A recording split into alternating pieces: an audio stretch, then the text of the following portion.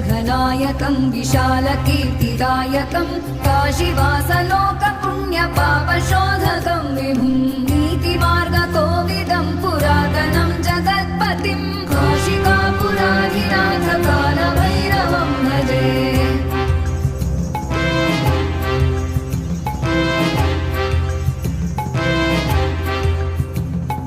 कालभैरवाष्टकं पठन्